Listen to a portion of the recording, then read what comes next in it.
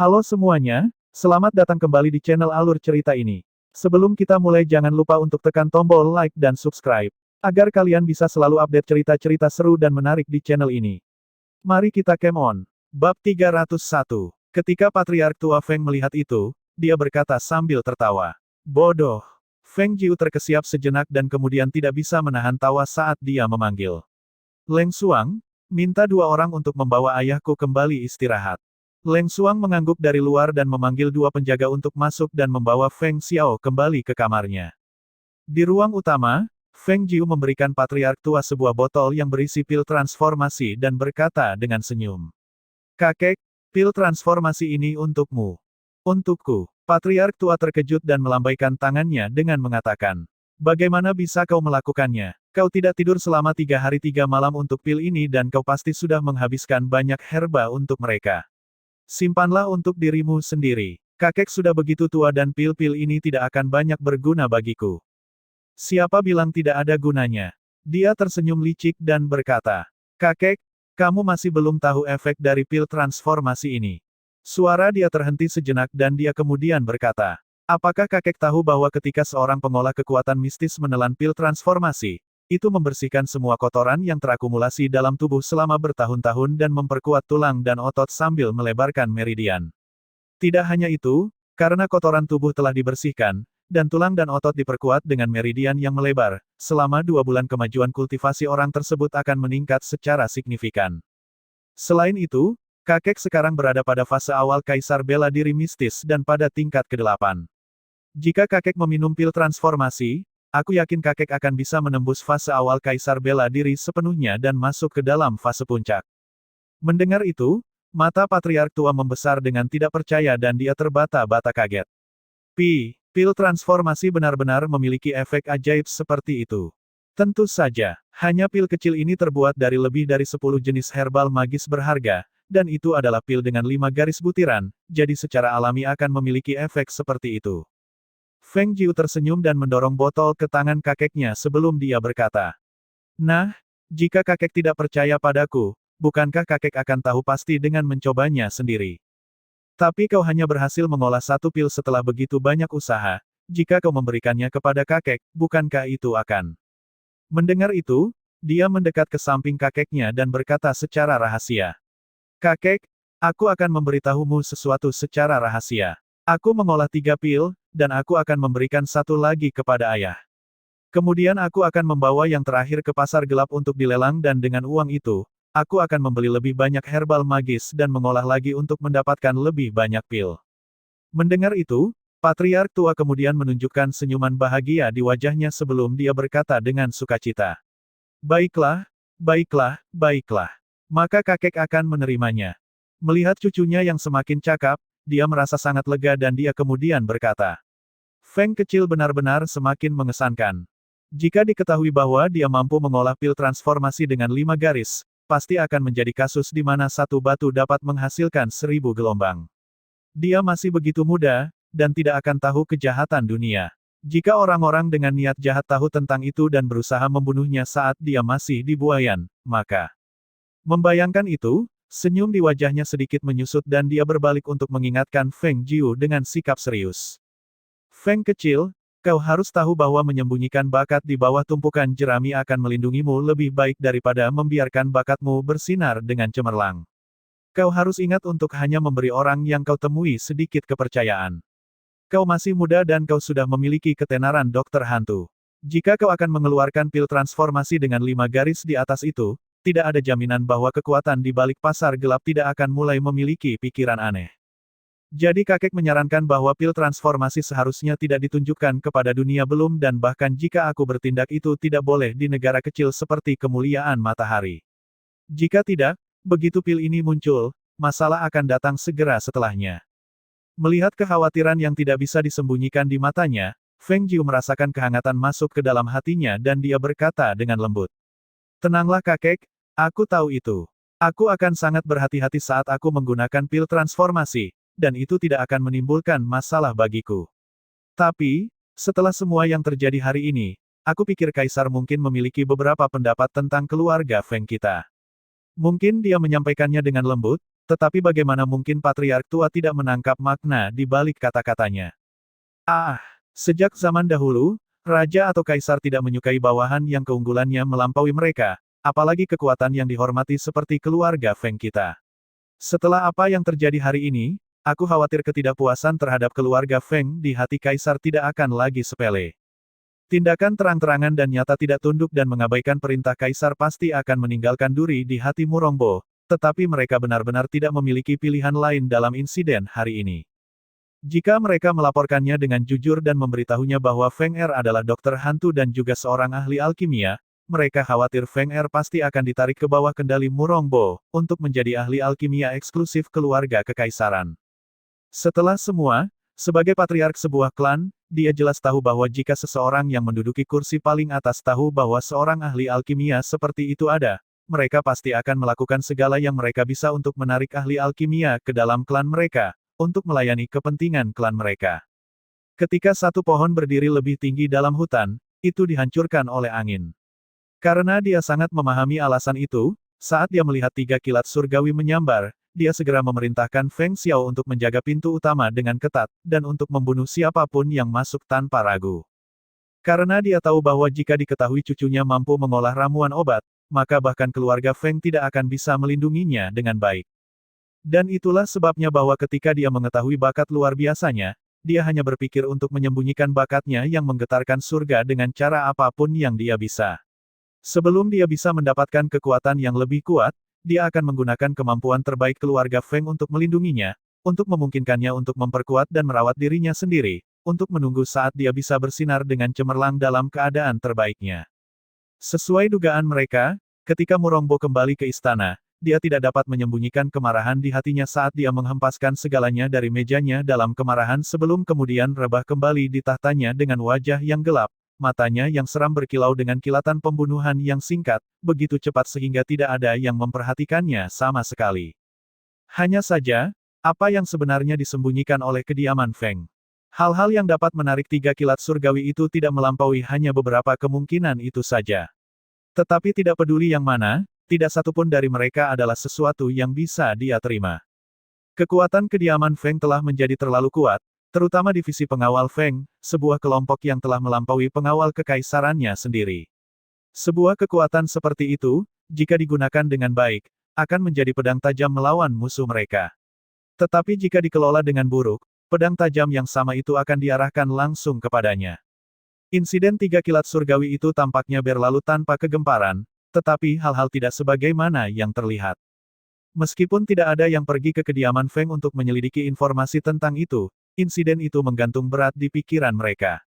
Bahkan para warga biasa di jalan-jalan dan gang-gang akan menyebutkan tentang hari ketika 3 kilat menyambar dari langit yang cerah, tetapi meskipun itu adalah topik yang dibahas dengan suara rendah, tidak ada yang berani membawanya kembali ke meja.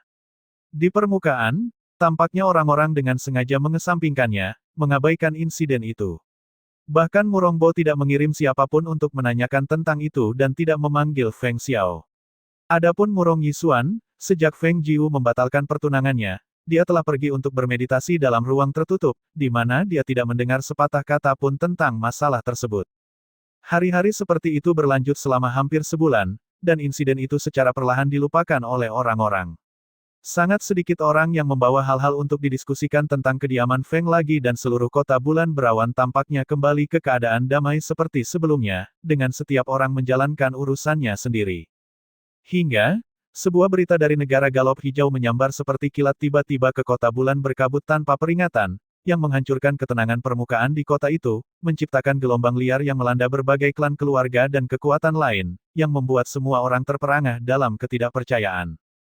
Di kediaman Feng, Feng Xiao yang mendengar berita itu tidak bisa menyembunyikan kemarahan yang meluap-luap yang melesat langsung ke kepalanya, wajahnya yang mengesankan berubah mengerikan gelap dari kemarahan. Dia memerintahkan kepala pelayan untuk menjaga kediaman Feng sebelum dia menuju langsung ke istana kekaisaran. Namun, meskipun Feng Xiao bergegas ke istana seperti angin topan, dia dihentikan sebelum dia bahkan bisa masuk ke gerbang istana. Jenderal Feng, Kaisar memiliki perintah bahwa dia akan mengirim seseorang ke kediaman Feng. Jenderal Feng, silakan kembali dulu. 8 pengawal kekaisaran menghentikan langkah Feng Xiao dan menghalangi masuk ke istana. Omong kosong. Dengan berapi-api penuh kemarahan, bahkan semua kesopanan telah dihapus saat dia melihat pengawal kekaisaran di depannya dan melolong pada mereka dengan wajah yang ganas. Biarkan aku lewat. Aku harus pergi ke istana untuk bertemu dengan kaisar. 8 dari mereka tidak bisa tidak tersenyum pahit saat mereka berkata, Jenderal Feng, tolong jangan membuat kami sulit. Kami memiliki perintah untuk tinggal di sini dan menunggu Jenderal. Dia tidak ingin bertemu denganmu, jika kamu tetap ingin bertemu dengannya, aku takut kita semua akan kehilangan kepala kita. Bagi ke-8 dari mereka untuk menghentikannya dengan kekuatan mereka hampir tidak mungkin. Namun, Kaisar membuat mereka menunggu di sini dan menolak masuk berdasarkan pada hal ini. Jika mereka membiarkannya masuk, nyawa mereka akan dipertaruhkan. Sialan, Feng Xiao marah saat dia melihat gerbang istana yang tidak bisa dia masuki. Rasa putus asa menyapunya saat dia hanya bisa mengutuk dan bersumpah. Saat dia hendak berbalik dan kembali ke kediaman, dia melihat sosok yang dikenal keluar dari dalam dan segera dia berteriak. Yang Mulia Ketiga, Murong Yisuan sedang merenung dengan sungguh-sungguh dan tenggelam dalam pemikirannya sendiri dan dia mendengar suara Feng Xiao saat dia mengangkat kepalanya. Dengan langkah panjang, dia mendekatinya, dia bertanya. Paman Xiao, apakah kamu masuk ke istana untuk bertemu ayah kaisarku? Itu niat saya, tetapi saya tidak bisa masuk. Dia melihat ke-8 dari mereka dan mereka semua menundukkan kepala mereka. Murong Yisuan menyapu pandangannya ke-8 dari mereka sebelum dia berkata kepada Feng Xiao, Paman Xiao, mari kita cari tempat untuk membicarakannya. Baiklah, melihat bahwa dia tidak bisa masuk ke istana, dia hanya bisa mencari tahu lebih lanjut dari Murong Yisuan. Dia ingin tahu apa niat kaisarnya. Awalnya mereka ingin mencari restoran di dekat sana, tetapi merasa bahwa itu tidak terlalu pantas. Akhirnya, mereka kembali ke kediaman Feng. Di ruang utama, tanpa menunggu Feng Xiao memulai, Murong Yisuan bertanya. Paman Xiao, apakah King Ge di rumah? Apakah dia tahu tentang masalah ini? Dia tidak di rumah, dia pergi keluar dan belum kembali. Karena putri yang sangat berharga tidak pulang, dan ayahnya saat ini sedang bersembunyi, dia adalah satu-satunya orang di seluruh rumah. Namun, sekarang bahwa hal seperti ini terjadi, keduanya masih belum tahu. Pikiran awalnya adalah untuk mengklarifikasi masalah ini sebelum memberitahu mereka, tetapi siapa yang tahu bahwa kaisar bahkan tidak memberinya audensi. Ketika dia memikirkan ini, semua kemarahannya tersulut kembali.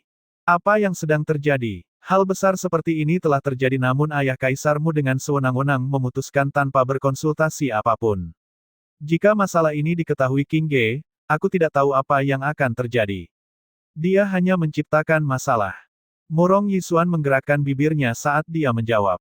Saat saya mendengar berita itu, saya bergegas ke istana untuk mencoba menghentikannya. Namun, ayah kaisarku sudah membuat keputusan dan tidak tampak ada ruang untuk negosiasi. Kalau tidak, dia tidak akan menolak bertemu denganmu. Kita tidak akan pernah menyetujui ini.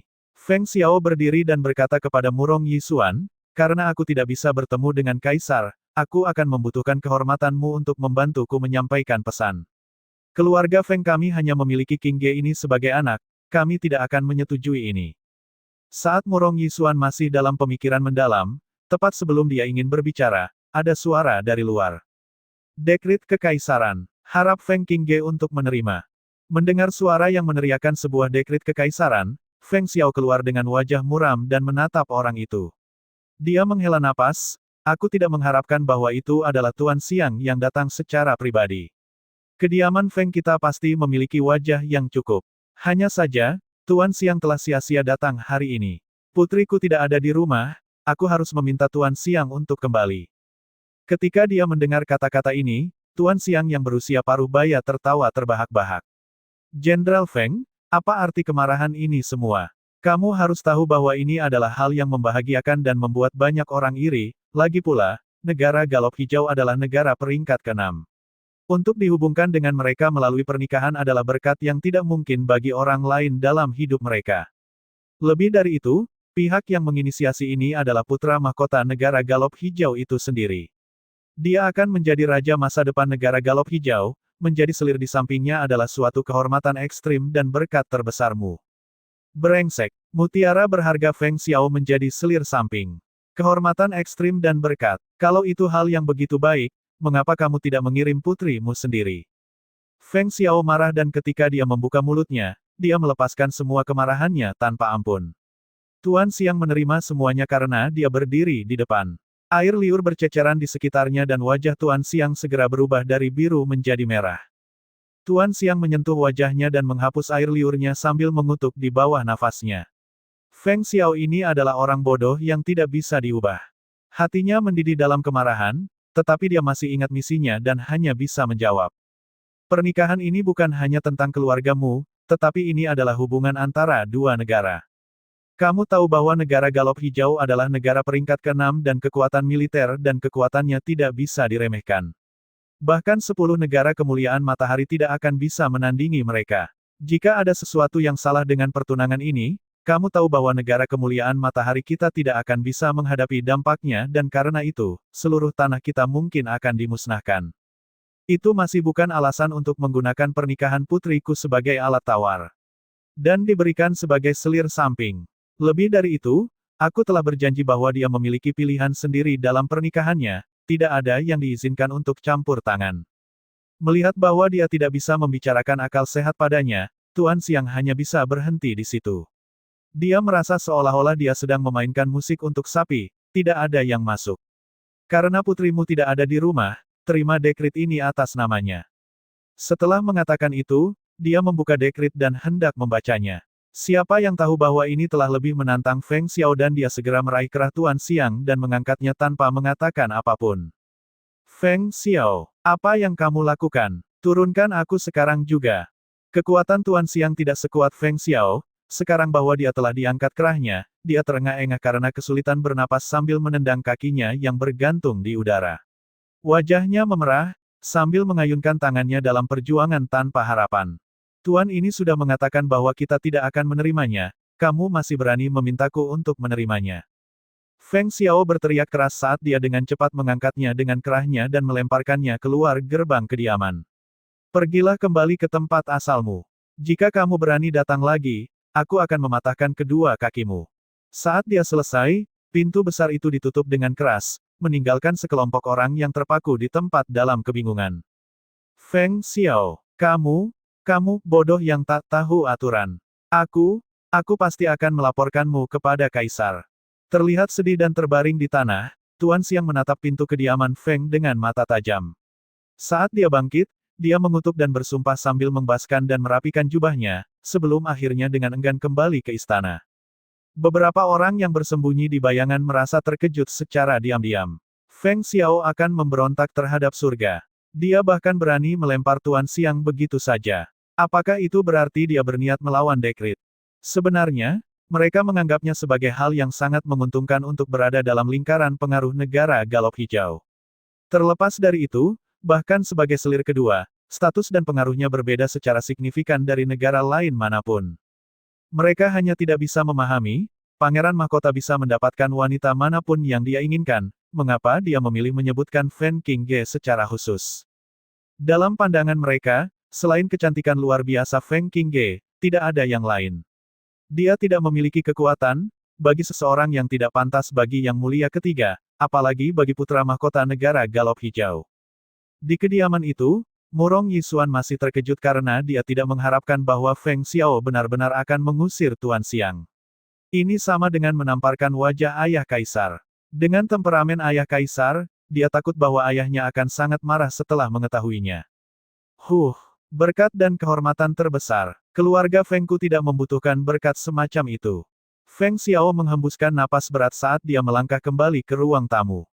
Ketika dia melihat bahwa Murong Yisuan masih berdiri di halaman, dia berkata, "Yang mulia, silakan kembali juga, pengurus, tolong kirim tamu kita." Mungkin karena Murong Bo telah membuatnya sangat marah, jadi ketika dia melihat Murong Yisuan, dia merasa bahwa dia tidak menyenangkan bagi matanya. Paman Xiao, tolong tunggu. Murong Yisuan berhenti sejenak saat dia berkata, "Paman Xiao, bagaimanapun juga, ayah kaisarku adalah kaisar negara ini. Tindakanmu hari ini tidak terlalu tepat. Tindakanku mungkin tidak tepat, apakah itu berarti tindakan ayah kaisarmu benar? Keluarga Fengku telah membela negara kemuliaan matahari selama puluhan tahun, yang ku miliki hanya mutiara berhargaku, Feng Qingge." Tanpa ada diskusi, dia sewenang-wenang setuju pada pertunangan ini dan memberitahu putriku menjadi selir kedua orang lain. Dengar dengan baik, selir samping. Siapa yang membutuhkan ini? Murong Yisuan tidak merasa nyaman dari lubuk hatinya. Dia berkata, aku percaya bahwa masalah ini tidak meninggalkan banyak pilihan bagi ayah kaisarku. Lagi pula, negara Galop Hijau adalah negara peringkat ke-6 di atas kita.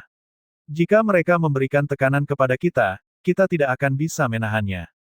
Baiklah, jangan katakan lagi. Bagaimanapun, aku tidak akan membiarkan putriku menjadi selir samping. Dia melambaikan tangannya dan tidak ingin mendengarkan lebih lanjut saat dia pergi. Yang mulia ketiga, silakan ikuti saya. Pengurus yang berdiri di samping itu sedikit membungkuk sambil mengisyaratkan. Melihat ini, Murong Yisuan keluar dari pintu, dia berhenti sejenak. Dia berbalik dan bertanya kepada pengurus. Apakah dia tahu kemana Tuan Putri pergi? Kapan dia akan kembali? Pengurus tersenyum dan meminta maaf, ini adalah sesuatu yang tidak kami ketahui juga Tuan. Mendengar ini, Murong Yisuan tidak bertanya lebih lanjut dan keluar dari gerbang. Di Istana Kekaisaran, setelah mendengarkan laporan Tuan Xiang, Murongbo membanting tangannya dengan keras ke meja saat dia berdiri dengan marah. Dia kemudian berteriak, atas dekritku. Masukkan Feng Xiao ke dalam kurungan. Ketika Tuan Xiang mendengar ini, dia segera menyela. Mohon redakan kemarahanmu, tuanku. Tindakan seperti ini pada saat ini tidaklah memungkinkan. Feng Xiao ini terlalu sombong. Jika kaisar ini tidak memberinya pelajaran, dia akan pernah melupakan bahwa dia adalah bawahanku. Wajah Murongbo terdistorsi oleh kemarahan saat dia dengan tegas berkata, karena dia dengan jelas melanggar dekritku dengan menolak untuk menerimanya, itu sendiri adalah hukuman berat atas ketidakpatuhan.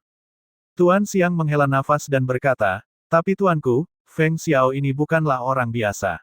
Seluruh keluarga Feng berada di bawahnya, jika kita melemparkannya ke dalam kurungan, itu pasti akan menimbulkan ketidakpuasan dan ini bukanlah sesuatu yang menguntungkan. Apakah itu berarti kita harus mengalah padanya? Lalu di mana aku akan meletakkan wajahku? Dia marah dan semakin dia memikirkan insiden di mana dia dicegah masuk dan sekarang dekritnya tidak dihormati, kesabarannya mencapai batasnya. Tuanku, Pangeran Mahkota dari negara Galop Hijau akan segera datang. Pada saat itu, masalah ini akan ditangani olehnya. Hamba percaya bahwa pada saat itu, dia tidak akan berani menolak pertunangan. Kediaman Feng ini kuat hanya di negara kemuliaan matahari dan tidak akan mampu bersaing dengan kekuatan besar dari negara Galop Hijau. Jika dia tidak ingin dihancurkan, dia hanya memiliki satu jalan yang harus ditempuh, yaitu untuk mematuhi. Ketika Murongbo mendengar ini, dia tersenyum dan melihat Tuan Xiang dengan penuh penghargaan. Dia berkata, terima kasih atas pengingatmu, jika tidak kaisar ini mungkin akan membuat keputusan yang salah dalam kemarahanku. Tuan Xiang tersenyum dan berkata, ini adalah suatu kehormatan bisa berbagi kekhawatiran negara dengan tuanku. Di sisi lain, di punggung Bukit Bunga Persik, Feng Jiu dengan tekun berlatih alkimia selama 1 bulan penuh. Dia sudah akrab dengan semua langkah-langkahnya dan kendali atas api serta kekuatan rohnya telah jauh meningkat. Setelah sebulan, satu-satunya pil 5 garis yang berhasil diracik adalah saat itu saja. Itu karena dia takut akan mendapatkan petir surgawi lainnya, maka dia hanya meracik pil yang berada di bawah level tersebut. Adapun pil fondasi, hanya pil 2 atau 3 garis yang umumnya ditemui. Ada juga yang memiliki level lebih tinggi, dan itu dianggap sebagai harta karun dan hanya bisa ditemukan di lelang atau toko khusus. Bahan-bahan yang dibutuhkan untuk meracik pil fondasi tidak terlalu langka. Sebaliknya, herba roh tersebut lebih umum ditemukan, namun meraciknya menjadi pil fondasi dengan baik bukanlah tugas yang mudah. Setelah bereksperimen dan berlatih selama sebulan, 50 bagian dari herba spiritual yang dibutuhkan hanya menghasilkan 2 kali yang berhasil, dan dalam setiap percobaan, hanya 3 pil dengan 3 garis yang berhasil diracik. Namun, pil 3 garis tersebut tidak cocok untuk mempersiapkan fondasi yang sempurna. Semakin rendah tingkat pil, semakin banyak kotoran yang terdapat. Efisiensi obat juga akan drastis berkurang, itulah mengapa dia perlu menggunakan yang setidaknya memiliki level kelima. Ketika Leng Xuang yang datang dari luar melihat bahwa nonanya sedang meracik pil di halaman, dia berpikir apakah dia harus melanjutkan. Setelah dia meletakkan kelompok baru pil penggumpal darah yang diraciknya ke dalam botol, Feng Jiu tidak mengangkat kepalanya dan bertanya, ada apa? Apakah ada sesuatu? Sambil berbicara, semua herba roh di meja ditempatkan kembali ke ruang dengan satu pikiran. Setelah itu, dia menyimpan tungku pil. Tuan Putri, ada pesan dari ibu kota. Dia berjalan maju dan melaporkannya. Pesan apa? Apakah itu terkait denganku? Feng Jiu langsung berjalan ke depan dan melihat Leng Xuang. Jika tidak ada hubungannya dengan dirinya, Leng Xuang tidak akan terlihat begitu ragu. Memang, itu ada hubungannya dengan Tuan Putri. Leng Xuang menghela nafas sebelum dia berkata, Pangeran Mahkota Negara Galop Hijau telah mengirim orang untuk meminta pertunangan kepada Kaisar dan meminta Tuan Putri untuk menjadi selir sampingnya. Kaisar tidak berkonsultasi dengan Patriark Tua atau Tuan Tua dan langsung menyetujuinya. Ketika dia mendengar ini, Feng Jiu mengernyitkan keningnya sebelum menyebutkan, Pangeran Mahkota Negara Galop Hijau. Sepertinya aku tidak mengenal orang-orang itu. Dengan kebingungan, dia bertanya, apa reaksi ayahku? Ketika Tuan Tua mendengar kabar tersebut, hal pertama yang dilakukannya adalah bergegas ke istana untuk bertemu dengan Kaisar. Namun, dia dihentikan sebelum dia bahkan bisa masuk ke gerbang istana. Setelah itu, Kaisar mengirim Tuan Xiang untuk mengeluarkan dekrit dan dia diusir oleh Tuan Tua. Hahaha, memang terdengar seperti sesuatu yang akan dilakukan oleh ayahku. Dia tertawa kecil sambil memikirkan reaksinya. Karena dekrit tersebut tidak dipenuhi, Kaisar mengeluarkan dekrit lain untuk menunjuk Tuan Putri sebagai Putri Qingning dan selir samping Pangeran Mahkota Negara Galop Hijau. Putri Qingning. Feng Jiu tersenyum lembut dan berkata, Murongbo begitu yakin bahwa aku akan bertindak sesuai dengan pengaturannya. Setelah mengadakan begitu banyak drama, jika dia tidak bisa turun dari panggung, bukankah itu akan sangat memalukan? Melihat bahwa dia tidak tampak peduli, Leng Xuang bertanya, Tuan Putri, apakah Anda perlu kembali ke kediaman Feng? Aku perlu mengambil waktu ini untuk berlatih, jadi untuk saat ini aku akan menunda. Jika aku tidak kembali ke ibu kota, tidak ada yang bisa dia lakukan. Dengan sangat santai, dia mengeluarkan pil yang baru saja diraciknya dan memberikannya kepada Leng Xuang. Simpan pil penggumpal darah ini, jika ditelan, itu bisa menyembuhkan pendarahan internal. Jika dihancurkan, mengoleskannya langsung akan bisa menyembuhkan luka eksternal. Untuk bulan berikutnya, aku akan pergi ke kultivasi tertutup. Perhatikan lebih banyak hal yang terjadi di rumah, jika tidak ada yang penting, jangan menggangguku. Setelah memberikan instruksi, dia berjalan menuju ke ruang tempat tinggalnya. Setelah Feng Xiao menjawab, dia tidak mengikutinya tetapi dia membersihkan barang-barang sebelum pergi. Setelah kembali ke kamarnya, Feng Jiu mandi dan kembali ke dalam cincin ruang. Tingkat kultivasi dia saat ini hanya pada tingkat fondasi. Dia bermaksud untuk melaju sepanjang jalan menuju tahap puncak dalam waktu setengah bulan. Di ruangannya ini, ada konsentrasi kiroh yang kuat untuk membantunya dalam kultivasinya. Dia juga memiliki keuntungan untuk menggunakan pil untuk membantunya menerobos batas. Lebih dari itu, waktu mengalir berbeda di ruang ini. 3 hari di sini setara dengan 1 hari di luar. Perbedaan waktu ini adalah keuntungan penting bagi seorang kultivator, oleh karena itu, dia sangat yakin bahwa dia bisa menghabiskan setengah bulan ini dan masuk ke tahap puncak. Melihat bahwa si kecil Phoenix tidak menunjukkan tanda-tanda bangun, dia menemukan tempat untuk duduk dalam posisi lotus dan mulai meditasi. Waktu berlalu dan ini membangkitkan rasa ingin tahu orang-orang yang tinggal mengapa tidak ada gerakan dari Feng kediaman. Hanya setelah menanyakan mereka menyadari bahwa putri tertua Feng tidak ada dan patriark tua sedang dalam kultivasi terpencil. Tidak mengherankan bahwa segala sesuatunya berlalu dengan damai, mungkin tiruan tenang ini akan terpecah segera setelah putri tertua Feng kembali, ketika patriark tua keluar dari meditasi terpencilnya, atau ketika pangeran mahkota dari negara Galop Hijau datang secara pribadi. Namun, arus bawah dari sandiwara ini sedang berkembang setiap saat. Si Putih, mari kita pergi satu putaran lagi sebelum kita kembali. Mari kita manfaatkan kesempatan ini karena King Ge tidak ada di rumah, aku akan menambahkan 1 porsi makanan lagi, bagaimana kedengarannya? Melintasi jalan gunung yang berkelok-kelok, Feng Xiao mengenakan jubah kasual saat dia duduk di punggung si Putih sambil berbicara dengannya. Ini adalah apa yang telah dilakukannya selama periode ini, membantu putrinya melatih si Putih dan mengurangi berat badannya. Saat dia mendengar tentang porsi tambahan makanannya, si Putih sangat senang dan gembira. Ekornya bergoyang dengan penuh kegembiraan, pinggulnya berayun-ayun seolah-olah memberitahunya bahwa ini adalah ide yang bagus. Hahaha, baiklah, berhenti berayun-ayun begitu banyak, aku takut terjatuh. Feng Xiao tertawa keras sambil kedua kakinya melampirkan perut si Putih saat dia membelainya di kepalanya dan berkata, sebenarnya, kamu telah tumbuh banyak belakangan ini, tetapi ini tidak berarti bahwa kamu bisa malas, kamu harus tahu bagaimana untuk bertahan. Si putih menghembuskan napas berat dari hidungnya dan memalingkan wajahnya dengan jijik saat dia mengepakkan kakinya. Tiba-tiba, pepohonan di kedua sisi jalan gunung berdesir meskipun tidak ada angin. Si putih berhenti sejenak, saat dia melihat sekitar lingkungannya. Lalu dia menjerit keras dan berbalik. Feng Xiao juga merasa bahwa ada sesuatu yang tidak beres, dan wajahnya yang semula santai tenggelam pada saat ini saat dia melirik sekeliling dengan waspada. Dengan suara tenang, dia berkata, "Bolehkah aku tahu teman mana yang telah datang? Mengapa kamu tidak menunjukkan dirimu?" Saat dia berbicara, seluruh sekitar menjadi sunyi, seolah-olah segalanya telah membeku di tempat. Namun, pada saat berikutnya, sebuah panah tajam melesat keluar dari pepohonan lebat saat sebuah niat membunuh yang kuat mengikuti panah saat melesat menuju Feng Xiao yang duduk di punggung si putih.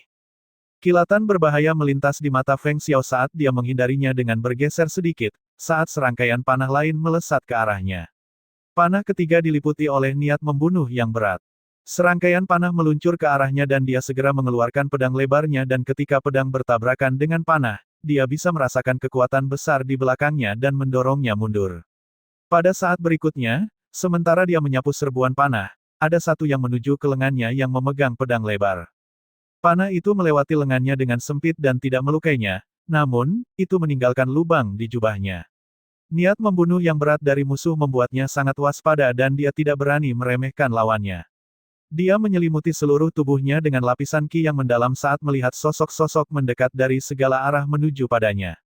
Setelah dia menyapu lebih dari selusin panah, dia melihat bahwa dia dikelilingi oleh 20 hingga 30 pria yang mengenakan jubah hitam. Orang yang memimpin mereka mengenakan topeng hantu, mencegah siapapun melihat wajah aslinya. Namun, ki yang menindas yang dia pancarkan memicu alarm di dalam diri Feng Xiao. Jenis kekuatan seperti ini sangat langka di negara kemuliaan matahari, terlebih orang-orang seperti itu tidak akan bergerak begitu sembarangan. Jadi, siapa mereka? Siapa yang ingin membunuhnya? Pemimpin para pria berjubah hitam menatap Feng Xiao dengan niat membunuh. Tanpa berkata-kata, dia hanya mengangkat tangan dan memberi isyarat. Para pria berjubah hitam itu segera berlari ke arah Feng Xiao saat mereka menarik pedang mereka dan memenuhinya dengan ki yang mendalam. Saat mereka bergegas ke arahnya dari segala arah, mereka menghunus pedangnya dan mengarahkannya padanya saat bunga api muncul dan benturan logam bergema. Para pria berjubah hitam itu sangat tepat dalam serangan mereka dan ada beberapa yang bertahan. Sudah jelas bahwa orang-orang ini telah dilatih dengan ketat. Dengan manuver mahir pedang lebarnya, terdengar jeritan kesakitan saat dia menolak mereka dengan ganas. Dia segera duduk di atas si putih dengan benar dan melesat mundur sambil berteriak keras. Si putih, maju. Saat dia menunggangi dan memegang kekangnya dan tepat saat dia bersiap untuk berlari lebih cepat, dua orang yang mengenakan pakaian abu-abu dan wajah mereka berselubung tiba-tiba muncul di ujung belokan. Mereka mengayunkan tangan mereka dan melancarkan pukulan saat guntur bergemuruh dengan hebatnya. Dalam sekejap, suara angin kuat bergemuruh saat angin yang bergejolak menerjang. Sisa-sisa ki yang mendalam bisa terlihat di telapak tangan mereka dengan mata telanjang, namun dengan kecepatan yang luar biasa, pukulan itu tidak meninggalkan ruang bagi Feng Xiao untuk bertahan. Dia sama sekali tidak punya waktu untuk membela diri dan dia terjatuh dari si putih. Feng Xiao hanya bisa merasakan rasa sakit menusuk di dadanya, seolah-olah 5 organ dalamnya telah terkoyak. Rasa sakit yang intens itu terukir hingga ke sumsum tulangnya dan dia tidak bisa menahannya saat darah segar membanjiri tenggorokannya. Seluruh tubuhnya roboh ke tanah. Darah segar itu memercik ke tubuh si putih, dan sekarang terlihat seperti bunga darah mekar di salju, terlihat sangat mengejutkan. Feng Xiao, yang jatuh ke tanah, berjuang untuk bangkit. Dia mengabaikan rasa sakit yang melandanya namun saat berdiri, dia memuntahkan gumpalan darah segar lainnya. Seluruh dirinya jatuh tak berdaya. Ada 20 hingga 30 pria bertopi hitam, seorang pemimpin yang memiliki kekuatan luar biasa, dan sekarang bahkan ada 2 orang lain yang tiba-tiba muncul dan kekuatannya jauh melampaui dirinya. Dengan serangan mendadak ini, perbedaan kekuatan ini terlalu besar dan tidak ada kesempatan untuk menang. Melihat situasi yang tidak menguntungkan baginya, Feng Xiao tidak ragu untuk mengeluarkan sinyal suaranya dan menembaknya ke langit. Dia hanya berharap bala bantuan akan tiba sebelum dia terbunuh, jika tidak, ini akan menjadi tempat kematiannya. Sinyal suara meledak ke langit seperti bunga. Bunuh dia. Hampir segera setelah sinyal suara dilepaskan, pemimpin itu berteriak. Namun, pada saat suaranya keluar, Hati Feng Xiao terkejut saat dia memandangnya dengan tidak percaya. Saat perintah pembunuhan itu diucapkan, kedua orang itu melepaskan niat membunuh yang ekstrim saat sekeliling terasa membeku. Mereka segera menyerang Feng Xiao yang bahkan tidak bisa berdiri dan bermaksud mengakhiri hidupnya dengan satu serangan ini. Pada saat ini, ada kegemparan besar ketika sinyal di langit tiba-tiba membentuk gambar Phoenix. Itu adalah sinyal dari kediaman Feng. Apakah terjadi sesuatu? Tempat itu sepertinya adalah jalan gunung yang dekat dengan Gunung Kindred. Ah! Seseorang berseru. Pasti ada yang terjadi pada Jenderal Feng. Baru-baru ini, dia selalu naik kuda putih aneh itu di sepanjang jalan gunung. Dia ingin melatihnya dan membuat kuda gemuk itu kehilangan sedikit berat badan. Segera setelah dia selesai berbicara, banyak orang bergegas ke arah itu. Bagi mereka, dia adalah jenderal terhormat dan selalu jujur dan adil. Mereka tidak tahu apakah mereka bisa membantu, tetapi mereka ingin melihat apakah mereka bisa memberikan kontribusi apapun. Pada saat yang sama, ketika orang-orang dari kediaman Feng melihat sinyal itu, hati mereka merasa terhempas. Mereka segera berkumpul dan terbang menuju sinyal dengan cepat. Tidak ada yang tahu arti sinyal itu lebih baik dari mereka. Ada beberapa jenis sinyal dan yang muncul di langit adalah sinyal bahaya mendesak. Seberapa seriusnya masalah tersebut sehingga tuan mereka menggunakan sinyal itu. Hatinya terasa berat dan saat mereka bergegas dengan panik untuk menyelamatkan, sementara ketua pelayan pergi kepada patriark tua yang sedang dalam pengasingan. Melihat gerakan pembunuh itu menuju dirinya, Feng Xiao yang bahkan tidak memiliki kekuatan untuk berdiri tidak bisa menghindarinya. Pada saat dia bergerak, organ dalamnya terasa seolah-olah telah tergeser dan terputar.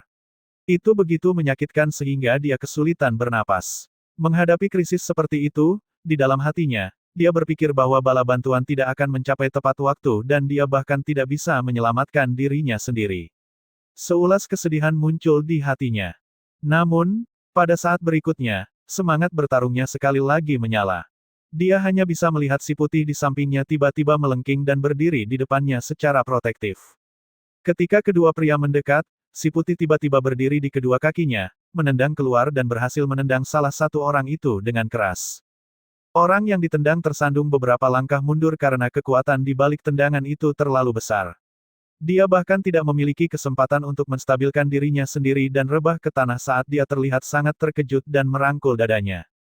Saat pertama kali ditendang, dia hanya merasakan kekuatan yang kuat di baliknya. Namun, setelah beberapa saat, dia hanya merasa bahwa tempat yang ditendangnya terasa seolah-olah terkoyak dan dia bisa merasakan kekuatan perlahan menyebar keluar dan sebelum dia menyadarinya, dia merasakan sensasi manis mengepul di tenggorokannya saat dia memuntahkan seteguk besar darah.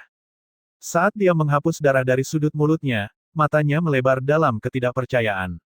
Cara dia melihat si putih sekarang sangat rumit, dicampur dengan rasa takut. Orang yang lain merasa bahwa ada yang salah dengan adegan yang baru saja terjadi di depannya. Tangan yang semula menuju Feng Xiao terpaku sesaat dan tepat pada saat itu, dia melihat kuda aneh itu mendengus berat saat dua aliran udara memancar keluar dari hidungnya, mengaduk debu dari tanah dan memburamkan penglihatannya. Hal berikutnya yang dia dengar adalah sebuah lenguhan keras dan melihat kedua kuku kuda itu.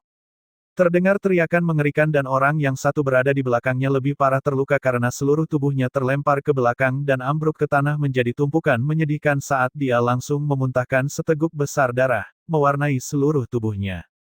Menyaksikan adegan yang begitu mengejutkan tidak hanya meninggalkan Feng Xiao yang berpikir bahwa dia akan menemui ajalnya, bahkan para pria berpakaian hitam semua berdiri terdiam di tempat. Pada tingkat kultivasi apa kedua orang tua itu? Mereka adalah kultivator bela diri yang sudah mencapai puncak. Namun, mereka terpental kembali oleh tendangan seekor kuda aneh. Feng Xiao segera pulih dari kebingungannya dan segera mengambil sebuah botol yang telah ditinggalkan putrinya untuknya dalam keadaan darurat dari ruang penyimpanannya. Dia segera menelannya dan segera merasakan rasa sakit di dadanya perlahan-lahan mereda saat dia mengambil pedangnya dan berdiri. Dengan mata yang ganas seperti harimau, ia melesat keluar seperti anak panah yang marah menuju para pria berjubah hitam sambil berteriak. Mau membunuhku? Tidak semudah itu.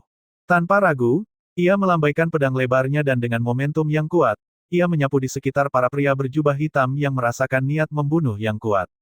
Saat pedang menyapu, ia melolong secara meledak-ledak saat arus udara menjadi pedang tajam dan teriakan memenuhi sekitarnya.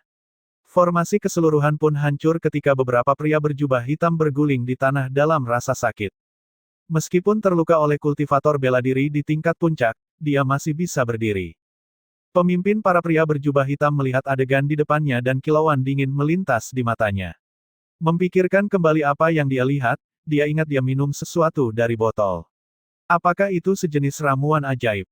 Ini membuat hatinya sangat terkejut, tanpa bahkan memiliki waktu untuk memikirkan dari mana ramuan itu berasal. Hal pertama yang dia lakukan adalah berteriak dengan frustasi untuk membunuhnya.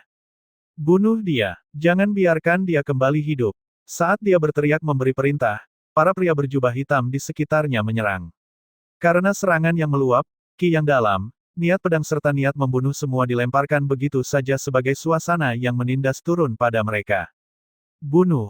Teriakan penuh nafsu darah yang tak terbatas mengguncang sekitarnya saat pohon-pohon gemetar karena suara mereka bergema di sekitar. Jubah Feng Xiao telah teriris dan banyak goresan kecil mulai muncul semakin banyak saat bau darah mulai tercium di udara. Hahaha. Ketika Feng Xiao menyerang, sosoknya yang besar dan kokoh berdiri tegak saat ia memegang pedang lebarnya dengan satu tangan dan tangan lainnya berkepal. Tekanan yang dipancarkan oleh seorang kultivator bela diri yang memiliki suaranya diberiki bukanlah sesuatu yang bisa ditahan oleh para pria berjubah hitam itu saat mereka roboh ke tanah, merangkak kepala mereka dengan erat sambil mereka berteriak kesakitan. Gelombang arus udara dapat terlihat dengan mata telanjang dan beberapa yang tidak dapat menahan tekanan mulai berdarah dari mata dan hidung mereka. Ah! Teriakan tajam yang menusuk tulang terdengar memecah keheningan. Tertawa keras tiba-tiba berhenti dan matanya yang tajam menatap mereka seperti pedang yang terasah. Seluruh tubuhnya diliputi aura yang gagah dan menindas saat ia mengayunkan pedang lebarnya dengan marah sambil berkata dengan tegas. Aku akan membiarkan kalian melihat seperti apa kekuatan jenderal ini. Buka mata anjing kalian lebar-lebar dan lihat bagaimana aku mendapatkan namaku dengan membelah ribuan musuh. Ayunanannya yang mencapai tanah terasa memotong udara dan saat suara gemuruh yang diiringi dengan belahan arus udara bertabrakan di sekitar, terdapat bekas belahan yang dalam yang terbenam kuat di tanah.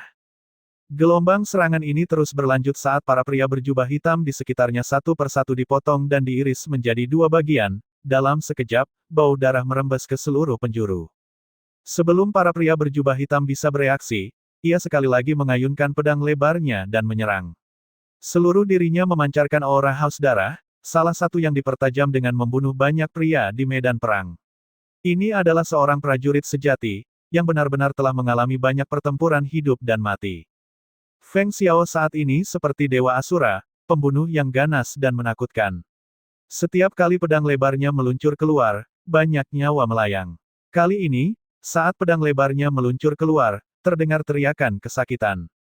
Ah! Sebuah kepala terputus dan darah segar menyembur keluar dari leher seperti pancuran. Pria berjubah hitam yang ketakutan di sampingnya memandangnya dengan ngeri. Adegan darah itu mengguncang semua orang di sekitarnya, saat ketakutan dingin dan mencekam merayap ke dalam hati mereka. Karena haus darah yang begitu kuat, ditambah dengan niat membunuh yang ekstrim dari semua pertempurannya, para pria berjubah hitam itu menelan ludah mereka secara tak sadar. Hati mereka mulai dipenuhi ketakutan saat benang penyesalan mulai tumbuh di dalam hati mereka. Ini hanyalah pertempuran yang bahkan mereka tidak berani maju untuk melawannya. Ketika pemimpin melihat bahwa para pria berjubah hitam itu mulai mundur ke belakang, ia melontarkan teriakan marah. Bunuh mereka yang mundur. Saat kata-kata ini diucapkan, ada kepanikan di hati mereka dan mereka tidak punya pilihan selain maju untuk bertempur. Mereka menggenggam pedang mereka dengan erat saat mereka berteriak sambil berlari maju. Bunyi pedang bertabrakan di udara menggema di sekitar sambil terdengar jeritan kesakitan. Burung-burung di pepohonan semua terbang pergi dalam kebingungan. Saat pedang lebarnya jatuh, darah segar tumpah dan mewarnai seluruh tanah menjadi merah. Tubuh-tubuh di tanah mulai menumpuk seiring berlanjutnya pertempuran dengan Feng Xiao. Ada yang kehilangan kepala sementara yang lain terbelah menjadi dua. Ketakutan para pria berjubah hitam itu terlihat jelas di wajah mereka, bahkan pada saat kematian mereka, mata mereka terbelalak lebar dalam ketakutan. Darah segar mewarnai jubah Feng Xiao, sebagian adalah darahnya sendiri, sebagian lagi milik para pria berjubah hitam itu. Pada saat ini, ia telah membuktikan dirinya setia pada kata-katanya, satu orang bisa bertahan melawan 10.000. Semua pria berjubah hitam yang maju telah mati di bawah pedangnya. Kekuatan bertarung yang begitu tirani. Pemimpin bercadar itu tidak bisa menahan diri untuk tidak menghela nafas. Feng Xiao benar-benar pantas mendapat gelar Jenderal Agung. Namun demikian, Waktu sepertinya terus berlalu perlahan. Jika bala bantuan datang, mustahil untuk membunuhnya. Membayangkan ini, niat membunuhnya berkilat di matanya saat ia mengangkat tangan dan mengambil panah dari lengan bajunya dan mengarahkannya ke sosok di tengah pertempuran. Sebuah anak panah ditembakkan, tetapi tidak mengenai sasaran. Sebuah anak panah kedua ditembakkan dan melukai bahunya tetapi tidak mengenai titik vital apapun.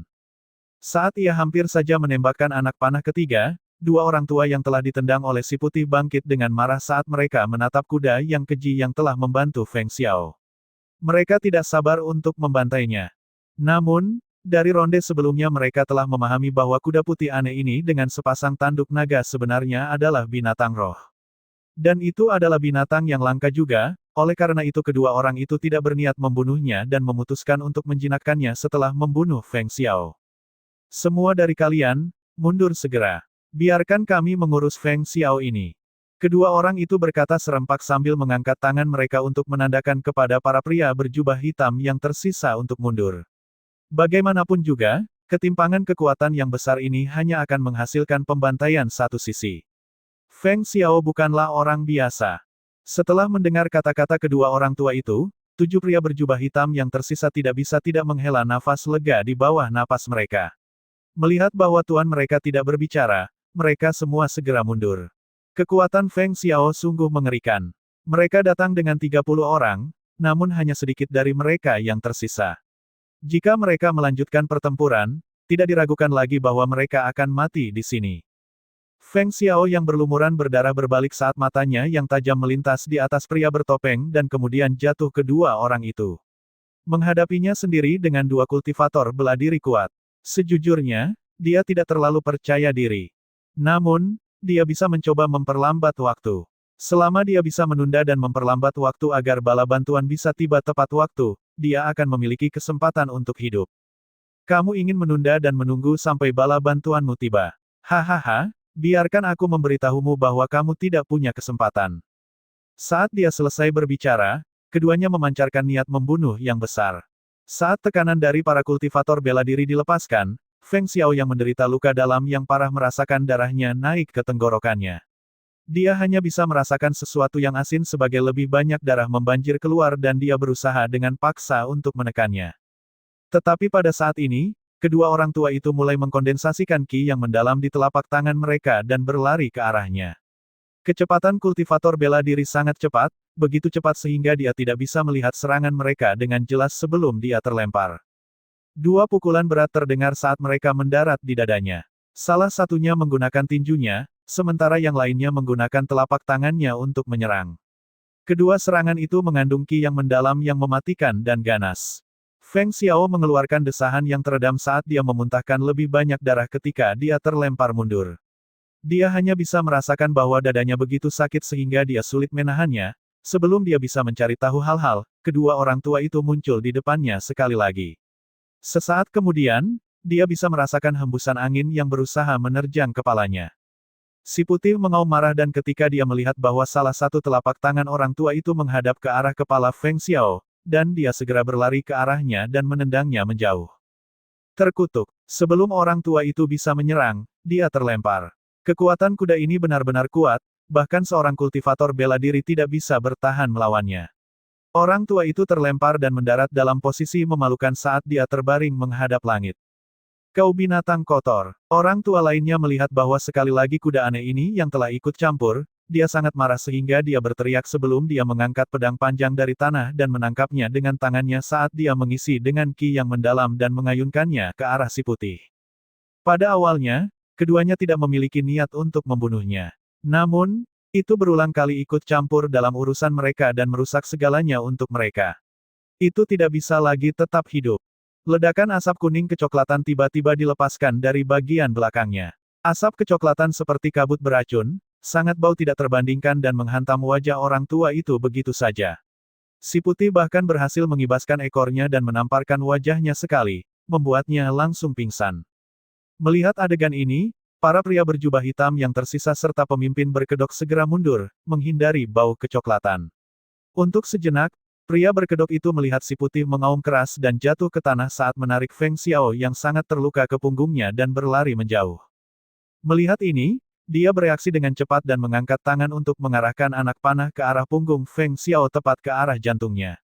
Sebuah niat membunuh melintas di matanya dan dia melepaskannya tanpa ragu. Feng Xiao yang sangat terluka mengeluarkan jeritan sakit saat merasakan anak panah menembus punggungnya. Darahnya berubah dari merah menjadi hitam. Awalnya, dia masih berjuang untuk duduk tetapi segera jatuh dan menabrak langsung ke punggung si putih, tetapi dia mencengkeram erat sepanjang jalan. Saat pria berkedok itu hendak mengejar, dia mendengar suara bala bantuan yang mendekat dan segera berteriak, "Mundur!" Para pria yang tersisa segera mengikuti instruksinya dan bubar dalam sekejap. Pria berkedok itu melihat ke belakang dengan penyesalan, meskipun dia tidak secara langsung melihat Feng Xiao menghembuskan napas terakhirnya, namun dia telah menerima 2 pukulan langsung dari mereka. Selain itu, Feng Xiao juga tertembak oleh anak panahnya yang telah dicampur dengan racun mematikan, jadi bahkan jika dia adalah seorang abadi, dia juga tidak bisa diselamatkan. Berpikir tentang ini, benang terakhir kekhawatiran di hatinya sirna saat dia dengan cepat meninggalkan tempat itu dan menghilang di tengah jalan gunung. Feng Xiao, suara patriark tua penuh dengan ketakutan dan kegelisahan ketika dia melihat putranya yang nyawanya bergantung pada sehelai benang terbaring di punggung si putih. Hatinya segera tegang. Ketika si putih melihat Tuan Lao Feng, ia melengking dalam kegembiraan. Tidak ada yang tahu betapa takutnya ia saat melihat betapa dekatnya Feng Xiao dengan kematian. Jika ia benar-benar kehilangan nyawanya begitu saja, bukankah tuannya akan sangat sedih?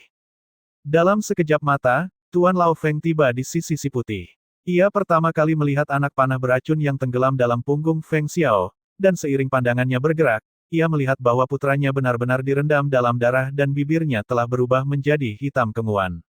Melihat putranya yang tak sadarkan diri, hatinya gemetar hebat, saat ia dengan hati-hati menopang Feng Xiao dan mengambil pil detoksifikasi dengan tangan yang gemetar dan memberikannya kepada Feng Xiao. Tinggalkan satu tim untuk mencari. Yang lainnya ikut aku kembali ke rumah. Setelah menyampaikan instruksinya, ia dengan hati-hati membawa Feng Xiao di punggungnya dan bergegas kembali ke kediaman Feng. Pada saat yang sama, Feng Jiu yang sedang berlatih di ruangannya tiba-tiba merasa perasaan yang mengganggu muncul di dalam dirinya. Sebuah rasa panik tiba-tiba menyelinap ke dalam hatinya saat jantungnya mulai berdegup dengan keras seolah-olah sesuatu yang buruk telah terjadi. Ia tidak bisa melanjutkan latihannya dengan perasaan ketidakpastian ini mengganggunya. Dia tidak bisa tenang tidak peduli apapun yang dilakukannya. Oleh karena itu, ia menghela napas saat keluar dari ruangannya. Ketika ia membuka pintu, ia melihat Leng Xuang berlari dengan panik. "Nona, ada sesuatu yang terjadi di rumah." Mendengar kata-katanya, hati Feng Jiu tenggelam dan dengan cepat ia berkata, "Aku akan kembali terlebih dahulu, ikuti aku." Begitu ia selesai berbicara, ia sudah terbang pergi. Ketika penduduk kota Bulan Berawan melihat Tuan Lao Feng membawa kembali Feng Xiao yang tidak sadarkan diri dengan anak panah di punggungnya, seluruh kota menjadi gaduh. Bagaimana mungkin? Ini benar-benar Feng Xiao. Siapa yang berani-berani mencoba membunuhnya? Kekuatannya adalah seorang kultivator bela diri. Lihat, lukanya tidak ringan sama sekali, bahkan ada anak panah di punggungnya. Situasinya terlihat sangat buruk. Semua orang berbicara dengan suara berbisik saat diskusi semakin memanas. Tidak seorang pun yang pernah mengharapkan bahwa seseorang bisa melukai Feng Xiao sedemikian parahnya, dan itu masih terjadi di perbatasan kota Bulan Berawan. Dapat dikatakan bahwa setelah melihat Feng Xiao terluka, beberapa kepala keluarga sudah memahami beberapa hal dalam hati mereka.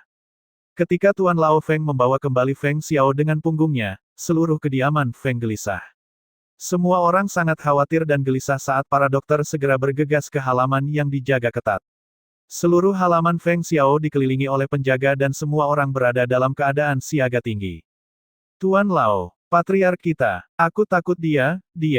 Setelah dokter-dokter mengambil nadi Feng Xiao, hati mereka penuh dengan ketakutan dan wajah mereka memucat dan segera terjatuh ke lutut mereka tidak berani berbicara lebih lanjut saat mereka gemetar.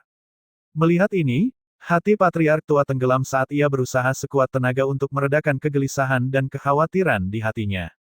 Dengan suara yang dalam, ia dengan sedih berkata, "Jika ada sesuatu yang ingin dikatakan, katakan saja."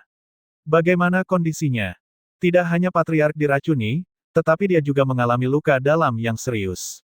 Tulang dadanya hancur dan darah telah mengumpul di dadanya. "Aku takut." Kondisinya terlihat suram. Setelah mengakhiri kata-katanya, dokter itu membungkuk dan tidak berani melihat langsung ke Tuan Lao saat ia melanjutkan dengan suara rendah.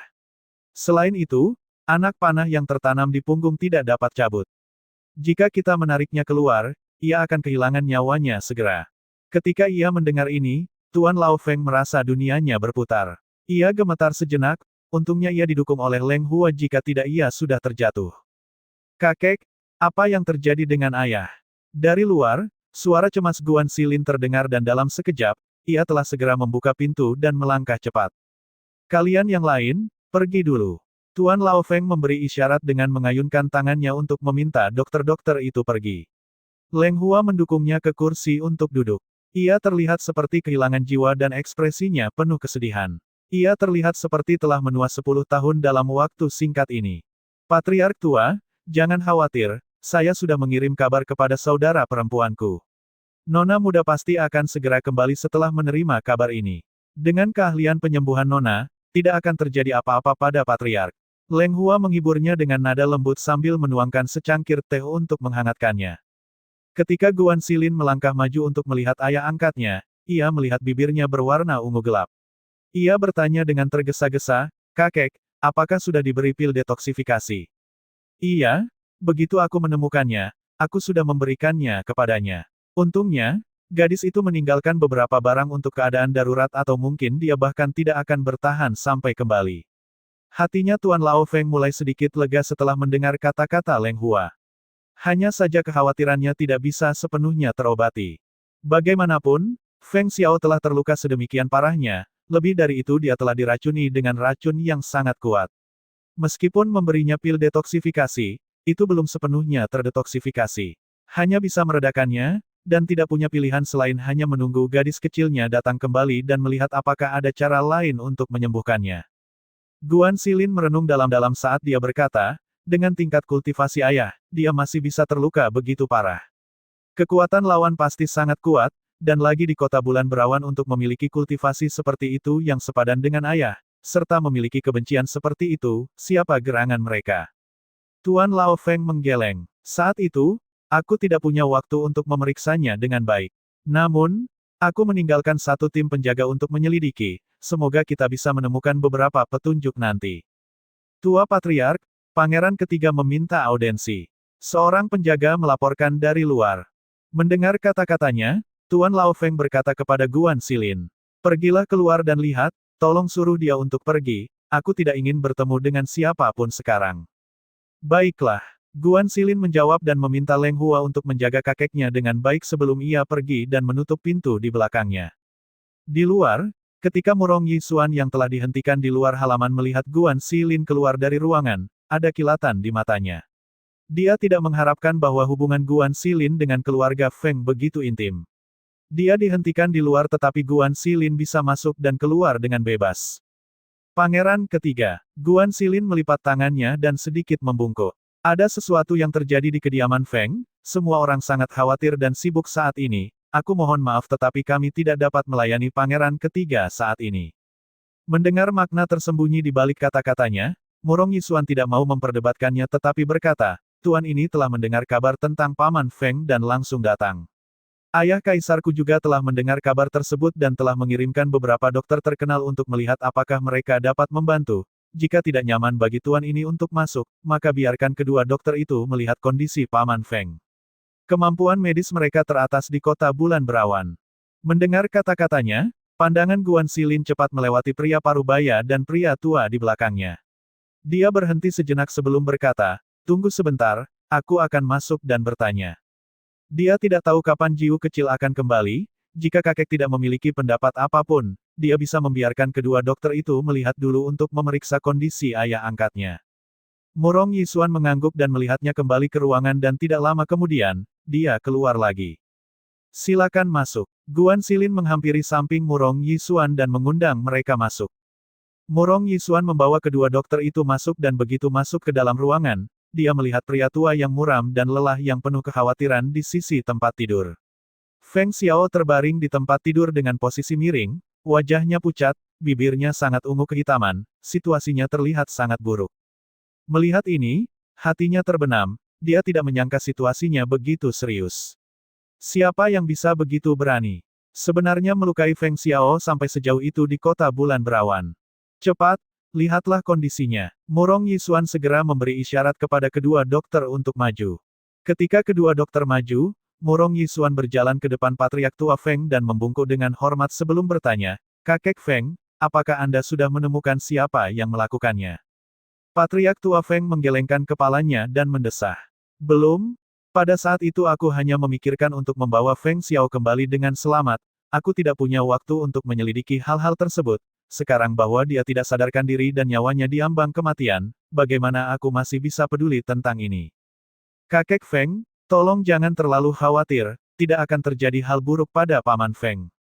Dia menghiburnya dengan nada lembut sebelum berpaling ke kedua dokter yang telah selesai mengambil denyut nadi Feng Xiao. Melihat keduanya memiliki ekspresi serius dan suram, dia bertanya, "Bagaimana?" Kedua dokter itu saling memandang sebelum membungkuk dan menjawab, "Pangeran ketiga, Tuan Muda, luka Jenderal Feng sangat parah. Dadanya penuh dengan darah beku, aliran darahnya tidak lancar, dan dia telah diracuni oleh racun mematikan. Aku takut kemampuan medis kami tidak cukup untuk mengobatinya." Ketika Murong Yisuan mendengar ini, ia mengerutkan kening dan menekan lebih lanjut, tidak ada cara lain. Kedua dokter mulai memikirkannya sejenak sebelum berkata, "Jika Anda dapat menemukan dokter hantu, mungkin ada harapan." Namun, dokter hantu itu sangat sulit ditemukan dan tidak mudah menemukannya. Tidak ada yang tahu pasti di mana dia berada, dan bahkan jika Anda menemukannya, mungkin sudah terlambat pada saat itu. Patriark Tua Feng sudah mendengar dari dokter di kediaman, dan sekarang setelah mendengar kata-kata serupa dari mereka, hatinya lebih siap. Namun, hatinya masih terguncang dan ekspresinya kaku. Melihat ekspresi kehilangan harapannya hanya membuat hati orang-orang di sekitarnya terasa pahit dan sedih. "Karena kalian tidak dapat mengobatinya, silakan kembali terlebih dahulu. Dengan kondisi ayahku seperti ini, tidak nyaman untuk melayani tamu sekarang. Aku mohon kepada Pangeran ketiga untuk menyampaikan rasa terima kasih kami kepada Kaisar atas nama kami," kata Guan Xilin sambil mengajak mereka keluar. Murong Yisuan melirik Guan Xilin sebelum berbicara kepada Patriark Tua Feng.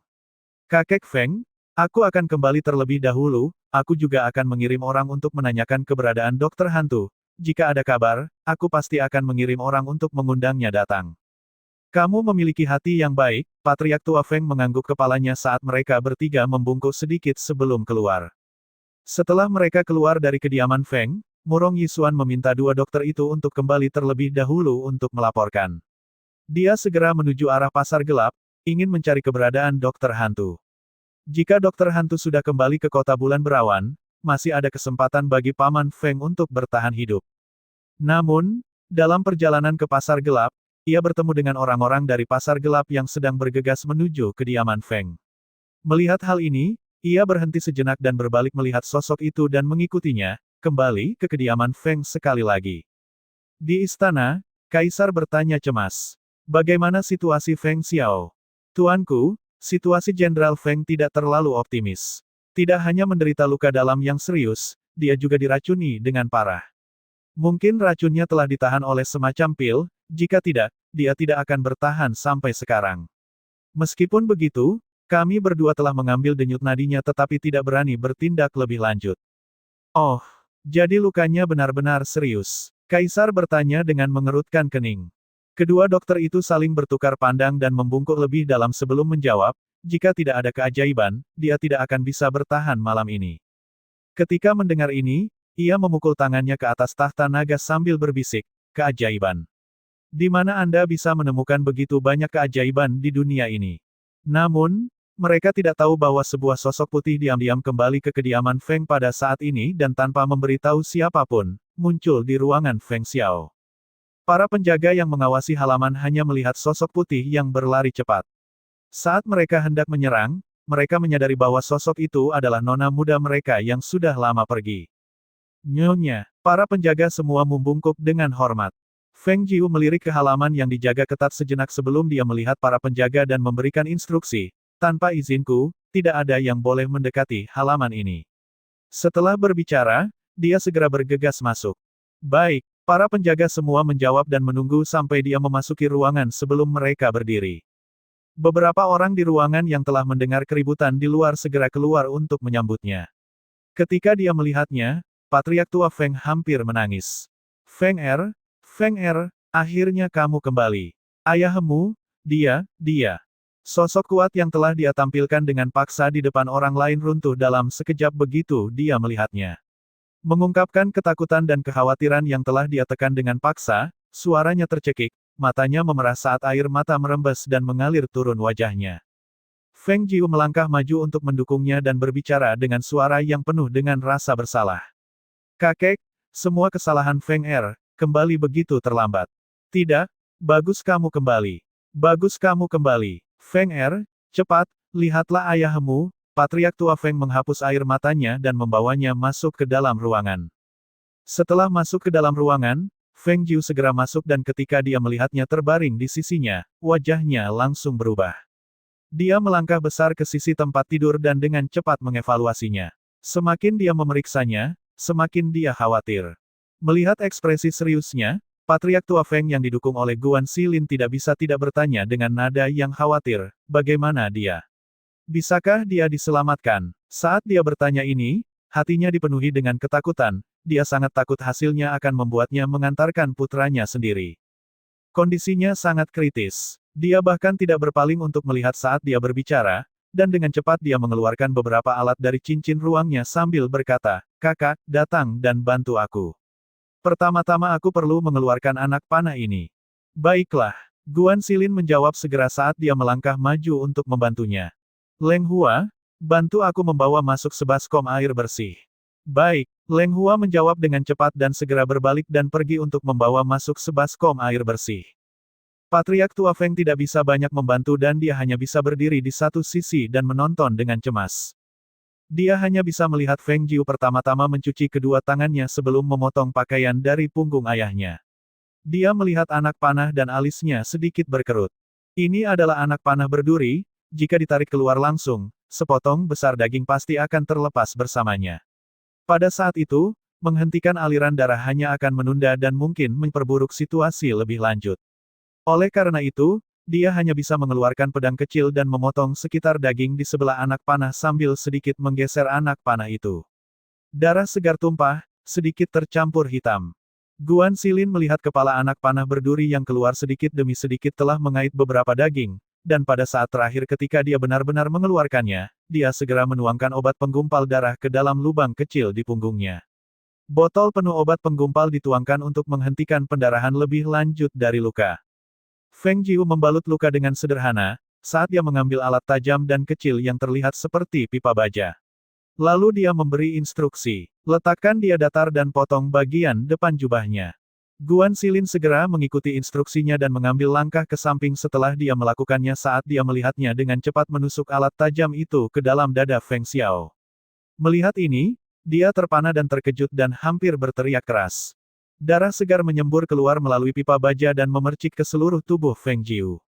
Dia melihatnya menyuntikkan kiroh ke dada ayahnya, dan hanya setelah dia melihat bahwa ayahnya telah memuntahkan darah segar dari mulutnya, dia kemudian memblokir pipa baja dan menariknya keluar dengan cepat dan menangani luka itu. Patriark tua Feng hanya merasa bahwa segala sesuatu di depannya berwarna merah darah, saat aroma darah segar merembes ke seluruh ruangan.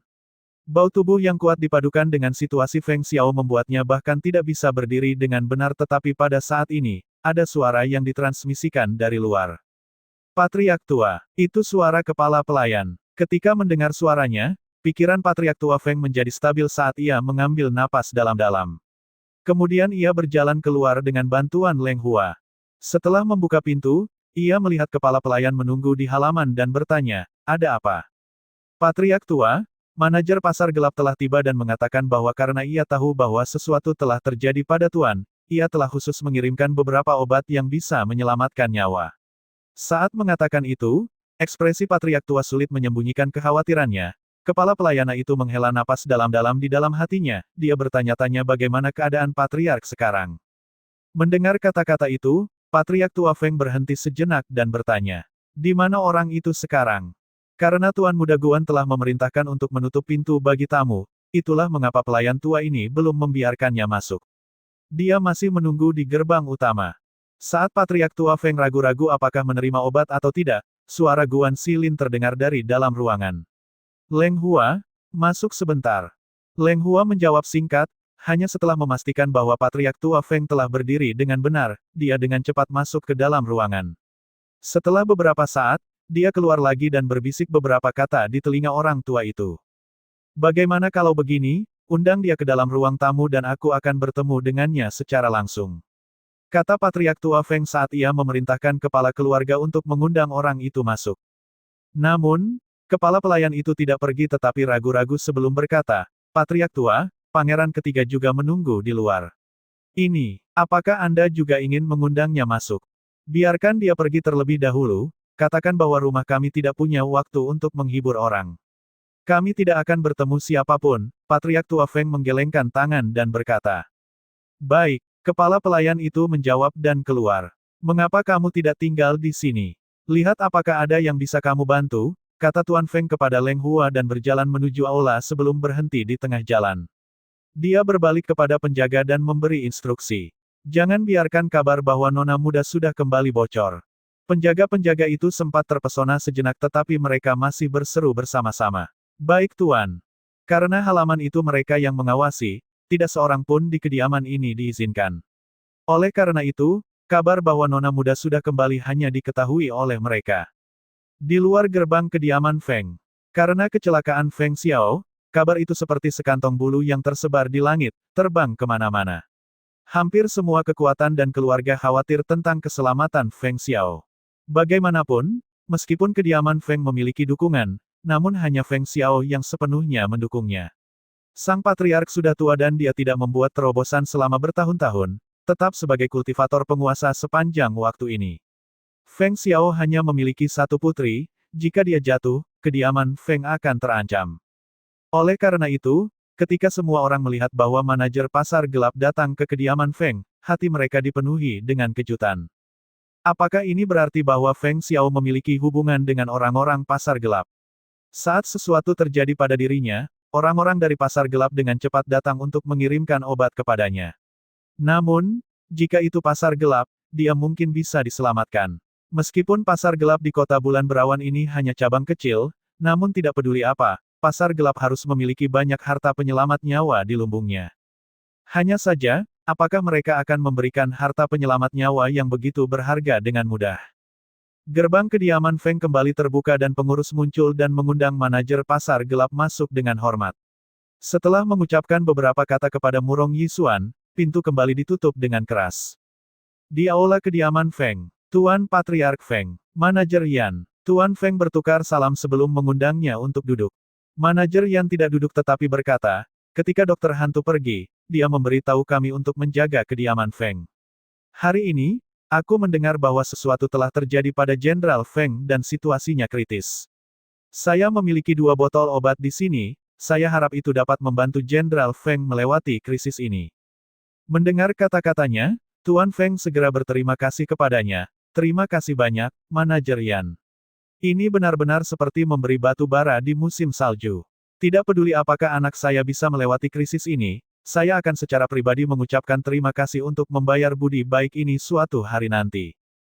Tuan Patriark, Anda terlalu sopan. Manajer Yan tersenyum sambil menyerahkan 2 botol obat yang ditawarkan padanya dan berkata, botol ini untuk cedera internal, ini untuk mendetoksifikasi racun. Tuan Patriark, cepat ambil dan berikan ke Jenderal Feng. Waktu sangat berharga, cepat berikan kepadanya, saya akan pergi sekarang. Setelah berkata begitu, dia berbalik dan pergi. Tuan Feng dengan cepat mengakui dan mengirimnya keluar saat dia mengambil obat dan bergegas menuju ke kamar Feng Xiao. Ketika dia kembali ke ruangan sekali lagi, sudah dibersihkan. Jubah yang terkena darah di Feng Xiao telah diganti oleh Guan Xilin dan Leng Hua. Mungkin karena darah yang membeku di dada Feng Xiao telah dilepaskan, meskipun dia masih tidak sadar, namun napasnya tidak selemah sebelumnya. Feng bagaimana keadaan ayahmu? Apakah itu bisa diatasi? Patriark Tua Feng berjalan ke sisi Feng Jiu dan bertanya dengan cemas. Feng Jiu menyeruput teh panas yang baru disajikan oleh Leng Hua sebelum menjawab, kakek, jangan khawatir. Saat ini, tidak ada bahaya. Namun, apakah dia bisa melewati tahap kritis ini sepenuhnya tergantung pada malam ini. Jika dia demam tinggi yang tidak hilang, itu mungkin berbahaya. Bagaimana jika benar-benar ada demam tinggi? Apa yang harus kita lakukan? Wajah Tuan Feng pucat dan ia merasa jantungnya terasa tertarik. Aku akan tinggal di sini dan menjaganya malam ini. Katanya lembut sambil menenangkannya. Kakek, Jangan terlalu khawatir. Semuanya akan baik-baik saja. Mendengarkan kata-katanya dengan seksama, Tuan Feng masih khawatir tapi tidak mengatakan apapun lebih lanjut. Dia mengeluarkan 2 botol obat dan memberikannya padanya. Ini adalah apa yang disampaikan manajer Yan dari pasar gelap. Botol ini untuk cedera internal dan botol ini adalah detoksifikasi. Apakah bisa digunakan? Feng Jiu menggelengkan kepalanya, aku sudah memberi ayah sebiji pil detoksifikasi serta pil 9 revolusi. Efek obatnya jauh lebih kuat dari obat-obatan ini. Tidak perlu obat lain, kakek bisa menyimpan 2 botol ini dengan baik untuk diri kakek sendiri. Guan Xilin yang duduk di sisinya melihat bahwa adiknya masih memiliki noda darah dan dia belum membersihkannya. Dia berkata, Jiu aku akan tinggal di sini untuk mengawasi, pergilah dan ganti pakaian bersih dulu. Ya, Feng pergilah dan ganti pakaian yang segar terlebih dahulu. Biarkan kami yang mengawasinya. Tuan Feng melihat wajah lelahnya dan dengan sedikit kesedihan, dia meyakinkannya. Pasti kamu sudah terburu-buru ke sini begitu mendengar berita. Perjalanan kembali dari punggung Bukit Bunga Persik dalam waktu kurang dari 1 jam. Selain itu, kamu telah merawat ayahmu selama ini. Kamu pasti lelah, pulanglah dan bersihkan dirimu. Kita masih harus mengandalkanmu nanti malam. Baiklah, aku akan kembali ke sini untuk istirahat nanti. Dia tersenyum dan berdiri, dan tepat saat dia akan pergi, dia berhenti. Kakek, rahasiakan dulu bahwa aku sudah kembali. Kita akan membahas ini lebih lanjut nanti. Patriark Tua Feng mengangguk, kakek tahu, aku sudah memberikan instruksi pada semua, jangan khawatir. Di Istana Kekaisaran, apa, kamu bilang manajer pasar gelap secara pribadi mengirimkan obat ke Feng Xiao?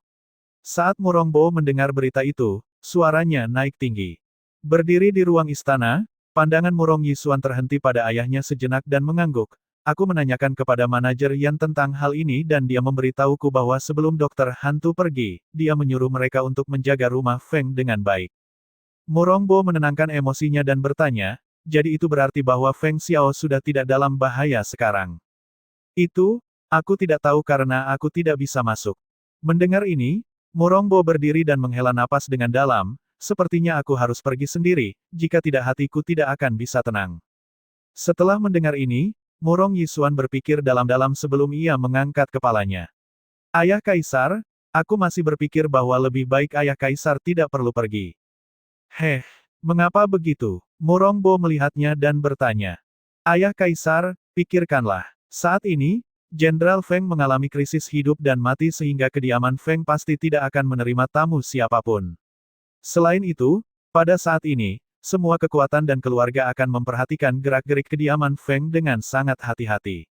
Ayah Kaisar sudah menyatakan kekhawatiran Ayah Kaisar dengan mengirim dokter-dokter sebelumnya. Oleh karena itu, anakmu merasa bahwa ini bukan waktu yang tepat untuk mengunjungi sekarang. Yang kamu maksud adalah, jika aku pergi, kamu khawatir bahwa aku akan dicurigai sebagai orang yang mencoba membunuh Feng Xiao. Dia mengangkat alisnya dan pandangannya yang tajam jatuh pada putranya. Murong Yisuan tidak menjawab langsung tetapi mengangkat tangan dan berkata, anakmu hanya merasa bahwa ini adalah waktu yang tidak tepat bagi Ayah Kaisar untuk mengunjungi kediaman Feng. Setelah mendengar kata-katanya, Murongbo terdiam dan pandangannya tetap pada putranya untuk beberapa saat sebelum dia memalingkan pandangannya. Apa yang kamu katakan terdengar masuk akal, jika aku tidak pergi, maka kamu sebaiknya pergi ke ruang penyimpanan dan memilih beberapa ramuan lalu mengirimkannya, itu bisa lebih berguna. Baik, Murong Yisuan menjawab dan merasa sedikit lega saat melihat ayah kaisarnya berjalan keluar dengan langkah-langkah panjang. Dia melihat punggung yang pergi dengan pemikiran. Hatinya merasa ada kegelisahan yang muncul dan wajahnya memperlihatkan ekspresi yang berat. Dia hanya berharap bahwa tebakannya salah. Bahwa dia benar-benar tidak terlibat dalam masalah ini, jika tidak, konsekuensinya bisa tidak terbayangkan. Sementara itu, di kediaman Feng. Di ruang Feng Xiao, Patriark Tua Feng, Feng Jiu, dan Guan Xilin duduk di sekitar meja dan membahas serangan terhadap Feng Xiao dengan penuh semangat. Setelah menganalisis dengan hati-hati, kesimpulan yang mereka dapatkan terlalu tidak masuk akal bagi Patriark Tua Feng untuk diterima. Tidak mungkin. Bagaimana mungkin hal itu terjadi? Mungkin kita salah menebak, Patriark Tua Feng menolak menerima kesimpulan itu karena sangat tidak masuk akal baginya. Feng Jiu mendesah dan berkata, dengan kekuatan kediaman Feng kita, di seluruh kerajaan kemuliaan matahari, tidak banyak yang berani bentrok langsung dengan kita dan menjadikan kita sebagai musuh mereka. Belum lagi, untuk melakukan upaya pembunuhan di tengah-tengah ibu kota, kota bulan berawan. Sulit bagiku untuk berpikir sebaliknya. Mungkin bisa jadi negara lain yang mencoba membunuh ayahmu. Mungkin. Sebelum dia bisa menyelesaikan kalimatnya, dia terputus dengan tegas oleh Feng Jiu. Ya, mungkin ada kemungkinan seperti itu. Namun, dalam beberapa tahun terakhir, tidak ada perang yang dilancarkan antara negara-negara tetangga. Tiba-tiba ada ancaman pembunuhan kepada ayahku, kemungkinan semacam itu terlalu rendah. Oleh karena itu, sangat tidak mungkin bahwa ini dilakukan oleh negara lain. Dia berhenti sejenak sebelum melanjutkan kata-katanya. Kemungkinan lainnya adalah untuk dapat dengan mantap memahami perilaku dan gaya hidup ayah, dan juga melukainya sampai sedemikian rupa, di seluruh kota bulan berawan, hanya segelintir orang yang mampu mencapai prestasi seperti itu. Aku yakin kakek, Anda harus sadar akan fakta ini. Meskipun tidak ada petunjuk yang berguna ditinggalkan di medan pertempuran, tetapi memiliki 20 hingga 30 ahli dari tingkat itu, selain Raja Murongbo, siapa lagi yang bisa memiliki kekuatan sedemikian? Kakek, jangan lupakan sejak zaman dulu, ketika para raja menjadi tidak aman ketika kekuatan besar selain mereka ada. Selain itu, kekuatan kediaman Feng kita memang pantas menarik perhatiannya. Jika dia ingin melemahkan kediaman Feng kita, bukankah dia memiliki motif? Suaranya lirih, tetapi setiap kata telah diucapkan setelah analisis yang hati-hati, setiap poin menyentuh. Ada pepatah, pohon yang tinggi menarik angin, nama besar menarik bencana, dan begitu besar pencapaian seseorang sehingga membuat tuannya merasa tidak aman. Apa yang terjadi pada kediaman Feng adalah gambaran yang akurat dari pepatah-pepatah ini. Patriark tua Feng tetap diam untuk waktu yang lama, tetapi tinjunya yang terkepal erat sedikit gemetar. Sepertinya dia menahan sesuatu saat dia mengambil napas dalam-dalam sebelum menghembuskan napas pelan-pelan. Dia melihat Feng Jiu yang duduk di depannya dan suara yang terdengar berat dan kelelahan tampak jelas. Mari kita tunggu sampai ayahmu bangun dan jika raja benar-benar berada di balik percobaan pembunuhan ini, kita akan menyerahkan kekuasaan kita dan mundur dari urusan resmi. Mendengar kata-katanya, Feng Jiu mengangkat alisnya. Dia kaget bahwa pemikirannya pertama kali adalah untuk melepaskan kekuasaan mereka dan mundur. Sepertinya ia bisa melihat keraguan dalam hatinya, kakek Feng menghela nafas panjang sebelum menjelaskan.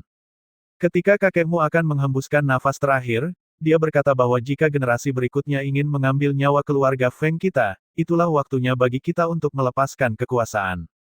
Kakekmu dan kakek raja memiliki hubungan yang baik sepanjang hidup mereka, dan dia secara eksplisit meninggalkan pesannya bahwa keturunan dari kediaman Feng tidak boleh menjadi musuh dengan keluarga Murong.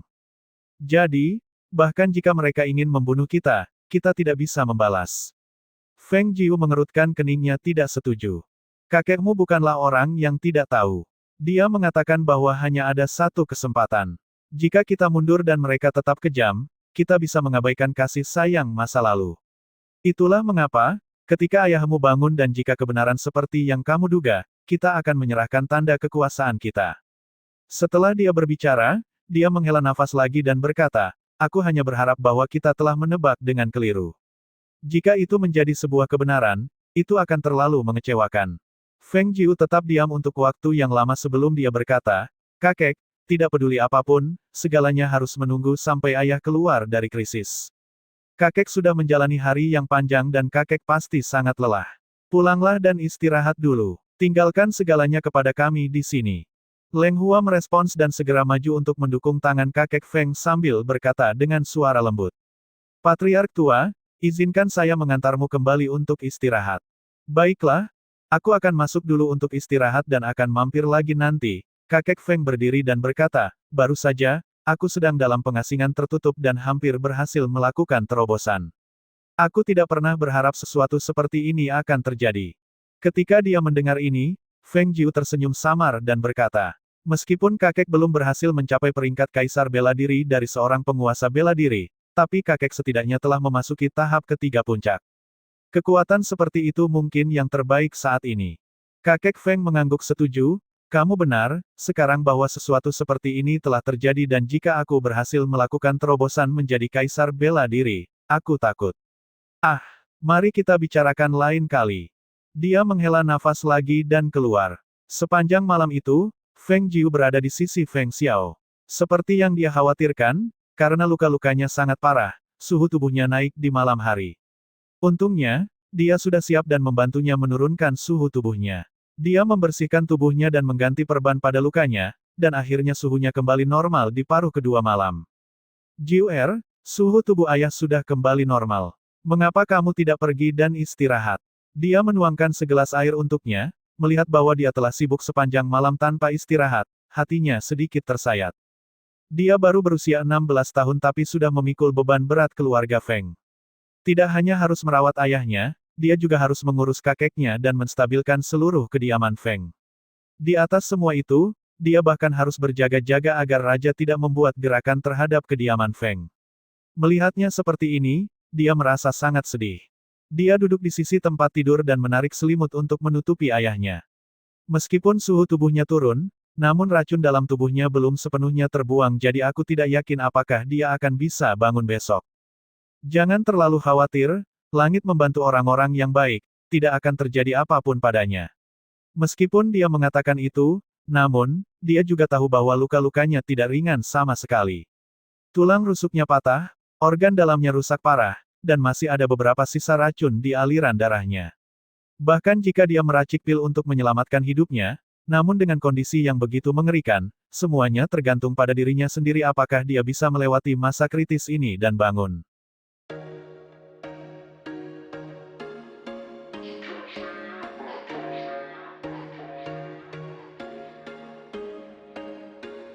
There was once a day that I would pray for you. I'd go and misbehave just so you'd notice too. Sneaking looks up and down from across the room. And damn, what a hell of a